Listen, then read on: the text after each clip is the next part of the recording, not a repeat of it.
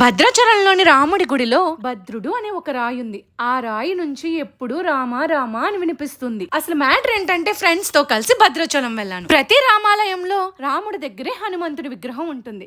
కానీ ఇక్కడ భద్రాచలంలో రాముడి టెంపుల్ కి ఎదురుగా హనుమంతుడి టెంపుల్ ఉంటుంది. నాకు దర్శనం అయిపోయిన తర్వాత గుడిలోనే ఆ పక్కనే ఒక రాయి ఉంది. ఆ రాయే భద్రుడు. ఈ భద్రుడి నుంచి ఎప్పుడు కూడా నిరంతరం రామా రామా అని వినిపిస్తుందంట. మనం చెవు పెట్టి వింటే మనకి క్లియర్ గా రామా రామా అని వినిపిస్తుంది. మనం చాలా జాగ్రత్తగా వినాలి. అయితే అక్కడ ప్రసాదం కౌంటర్లో కూడా మనం దేవుడికి వేసే దక్షిణ లాంటివి ఇలా ఫోన్ పే కూడా చేయొచ్చు.